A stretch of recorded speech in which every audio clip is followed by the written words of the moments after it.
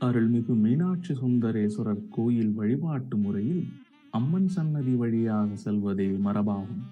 மீனாட்சி அம்மன் சன்னதி நுழைவாயிலில் முதலில் அஷ்டசக்தி மண்டபம் இடம்பெற்றுள்ளது.